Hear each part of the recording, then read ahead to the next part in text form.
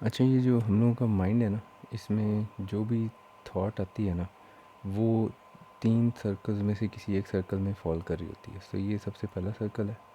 اس کے بعد میں ایک اور سرکل بنا رہا ہوں، اور اس کے بعد جو سرکل ہے وہ ان لمیٹیڈ ہے. ٹھیک ہے، آپ کے دماغ میں جو بھی تھاٹ آنی ہے نا، وہ ان 3 میں سے جو تھرڈ سرکل ہے یہ ان لمیٹیڈ ہے. سو اس کو اگر میں اس طرح سے کر دوں، یہ ختم کر دیتا ہوں، شوائیں ختم کر دیتا ہوں. سو یہ میں ایک سرکل بنا دیتا ہوں، یہ ان لمیٹیڈ ہے. سو یہ جو پہلا سرکل ہے نا، اس کو بولتے ہیں، this is called circle of belief. Circle of belief جو ہوتا ہے نا، اس میں وہ چیز ہوتی ہیں جس میں آپ کو یو ہیو نو ڈاؤٹ. آپ صحیح ہو یا غلط ہو یہ میٹر نہیں کرتا. یہاں پہ جو بھی چیز پڑی ہوگی نا، وہ اگر آپ کے ذہن میں غلط بھی ہے تو پوائنٹ یہ ہے کہ آپ کو اس پہ ڈاؤٹ نہیں ہوگا. جو سیکنڈ سرکل ہے نا یہ والا، یہاں پہ جو بھی چیز پڑی ہوگی، this is called circle of confusion. یعنی یہاں پہ جو بھی چیز ہوگی اس میں آپ کو ڈاؤٹ ہے، آپ کو شک ہے، آپ کو کچھ کلیریفیکیشن چاہیے اس کے اوپر. ٹھیک ہے، اور جو لاسٹ ون سرکل ہے جو کہ ان لمیٹیڈ ہوتا ہے، یہاں پہ جو چیزیں ہوتی ہیں، this is called circle of ignorance. یعنی آپ کو اس چیز کے بارے میں بالکل معلوم ہی نہیں ہے.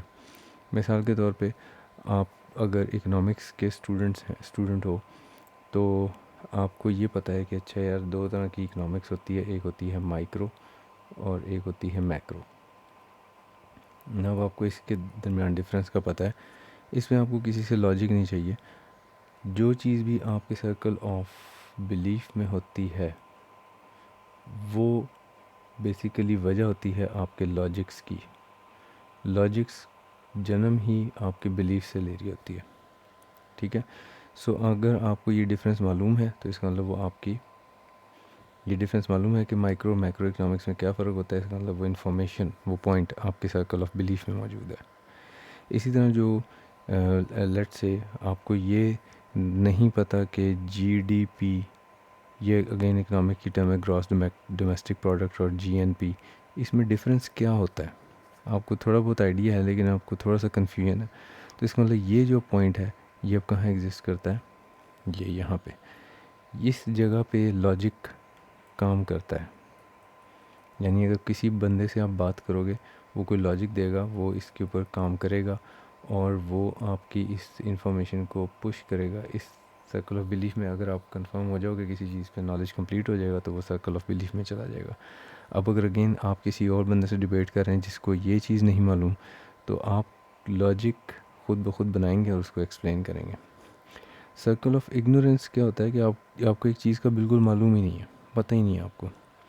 مثال کے طور پہ، آپ کو یہ پتہ ہی نہیں ہے کہ کسی بھی ملک میں، لیٹ سے پاکستان میں، جی ڈی پی کیلکولیشن کی کیسے جاتی ہے، اس کے میتھڈ کیا ہیں، کیسے گڈز اور سروسز کی پرائسز پورے پاکستان کی یا کسی بھی ملک میں کیسے فائنڈ آؤٹ کی جاتی ہیں. No this is your circle of ignorance, بالکل بھی معلوم نہیں ہے.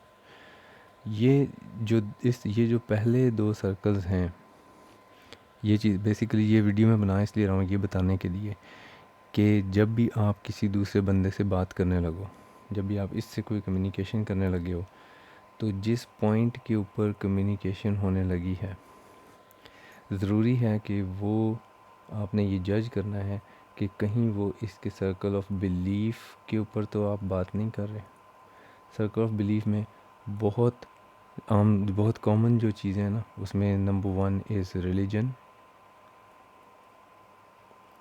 Number 2 politics. یہ یقین کے دائرے کی بات ہوتی ہے.